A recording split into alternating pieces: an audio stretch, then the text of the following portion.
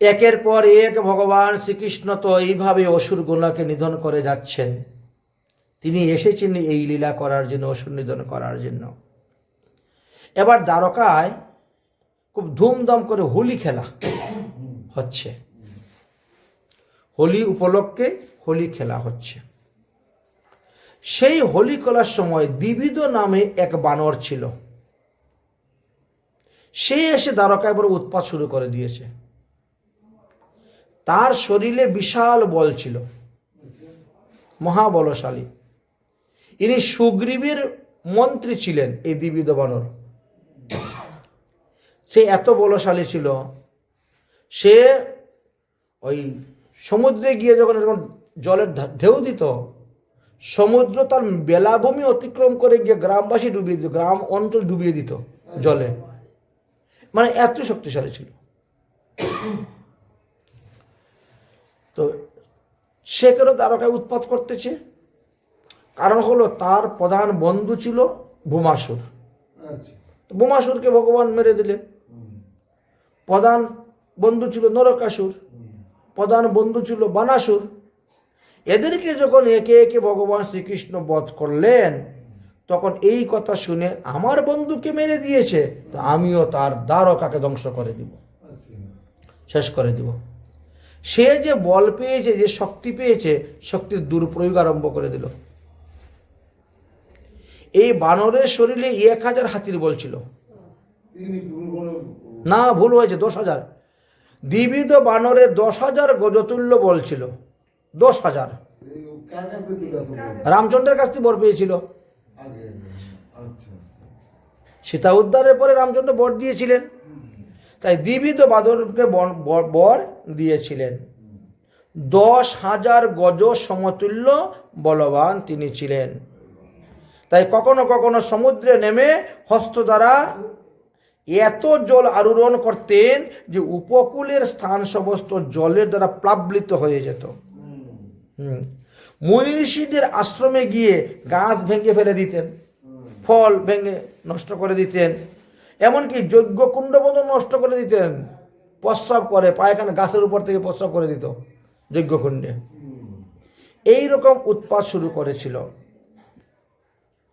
যাই হোক, এবার দ্বারকাতে এসে উৎপাত শুরু করে দিয়েছে। দ্বারকাতে উৎপাত শুরু করেছে। এখন এরা তো সব রং খেলতে খেলতে যাচ্ছে, বানর এসে ধরে কাপড় টানতে শুরু করে দেয়। এমন ভাবে শুরু করেছে উৎপাত, কাপড় ধরে এমন ভাবে টানে মহিলারা হিউসকে পেরে যায়, কাপড় খুলে যায়, এমন অবস্থা। আর ও দাঁত বার করে হি করে হাসে আবার। হ্যাঁ, এই দৃশ্য দেখে বলরাম তখন একটা ইট নিয়ে মেরেছেন, ঢিল। ইট দিয়ে ঢিল মেরেছেন, তো ঢিল তো ওর গায়ে পড়ে নাই। বানর তো দৌড়ে এসেছে, এসে গেছে বলরামের সঙ্গে কামড়াবে। শুরু হয়ে গেল যুদ্ধ। দুজনের মধ্যে যুদ্ধ করতে করতে করতে করতে তারপরে এই দ্বিবিদ বানরকে তিনি বধ করলেন। দ্বিবিদ বানরকে বলরাম বধ করেছিলেন। তারপরে আরেকটা বলরামের কাহিনী বললেন। দ্বিবিদ বানরকে বধ করার পরে কিছুদিন গত হয়ে গেল। এবার দুর্যোধন সুতা রাজন লক্ষ্মণা সমিতঞ্জয় বললেন যে দুর্যোধনের এক কন্যা ছিল, নাম তার লক্ষণা। দুর্যোধন হস্তিনাপুরেই তিনার মেয়ের স্বয়ম্বর সভার ব্যবস্থা করেছেন। তো সব দিকে রাজাদেরকে নিমন্ত্রণ দিয়েছেন স্বয়ম্বর সভায় আসার জন্য। সেই সময় ভগবান শ্রীকৃষ্ণর জাম্বুবতী থেকে যে সন্তানরা জন্ম নিয়েছিল,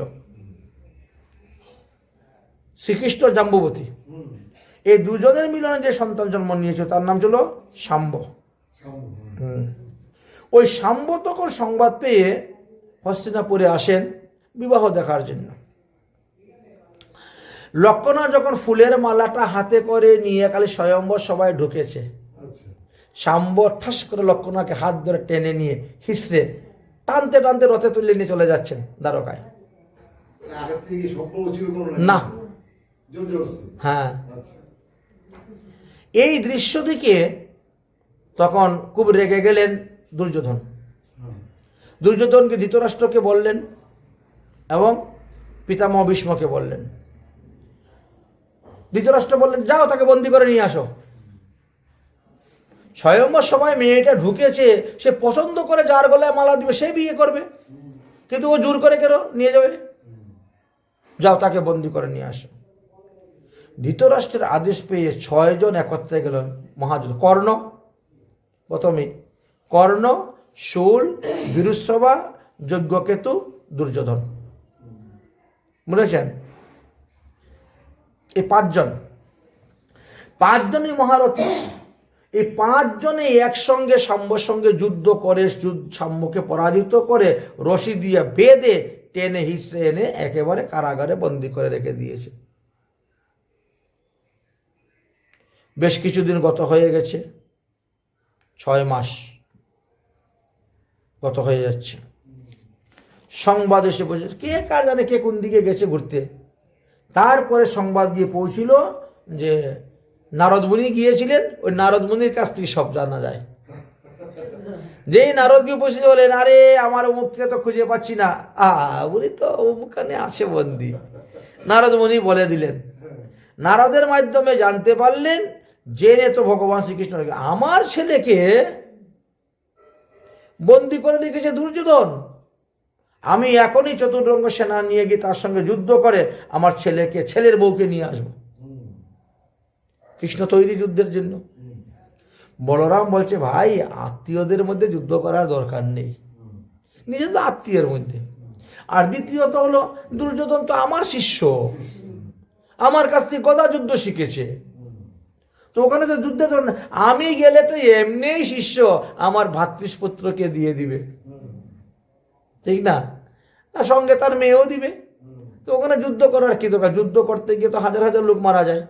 এই অনিরুদ্ধের বিয়েতে দেখেন 50,000 লোক, 50 লক্ষ লোক মারা গেল। 25 লক্ষ কত বলছিলাম? 47,000। 25 লক্ষ 47,000, 270 জন লোক মারা গেছিল। যুদ্ধ হলেই মারামারি হবে, তার দরকার নেই বাবা, বিনা যুদ্ধই হয়ে যাবে, চল আমি যাচ্ছি। বলরাম সবাইকে সান্ত্বনা দিলেন, যুদ্ধ করার দরকার নেই, চলো উদ্ধব চলো তো, তুমি আর আমি যাই। উদ্ধবকে নিয়ে বলরাম রওনা হলেন, হস্তিনাপুরে এসে উপস্থিত হলেন। হস্তিনাপুরে এসে বলরাম বললেন, আমি আর এখন ওদের বাড়ি যাব না, আমি এখানে উপবনে বসে আছি, আর তুমি গিয়ে বলো দুর্যোধনকে, তোমার গুরুদেব এসেছেন, তোমার গুরুদেব এসেছেন, কিন্তু তিনার মনে বড় দুঃখ, জানি না কি দুঃখ। তিনি বলছেন, আমি যাব না হস্তিনাপুরে, যা তুই এখন যাও, তোমার গুরুদেব এসেছেন।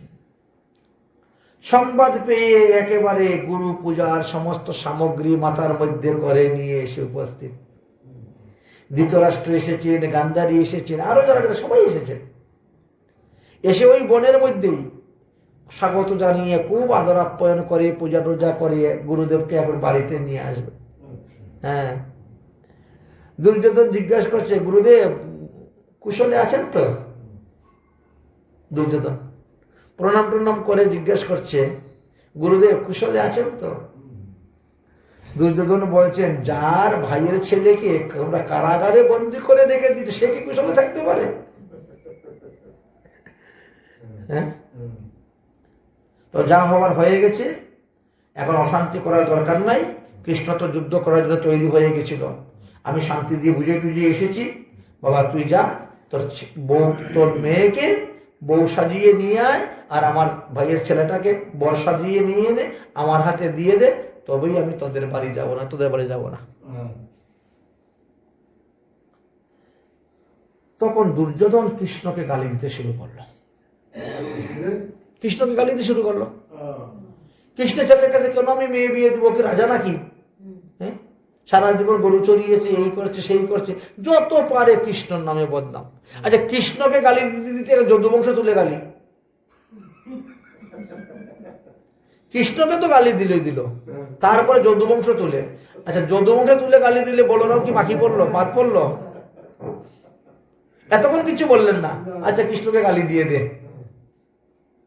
কিন্তু যখন যদুবংশ তুলে আরম্ভ করলো, তখন তো মাথা খারাপ হয়ে গেছে বলরামের।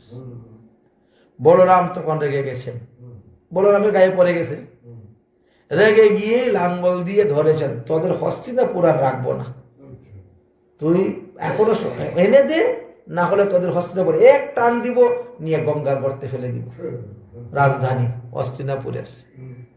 বলেই লাঙ্গল দিয়ে টান যখন দিয়েছেন, পুরা হস্তিনাপুর এরকম ঘুরতে শুরু হয়ে গেছে।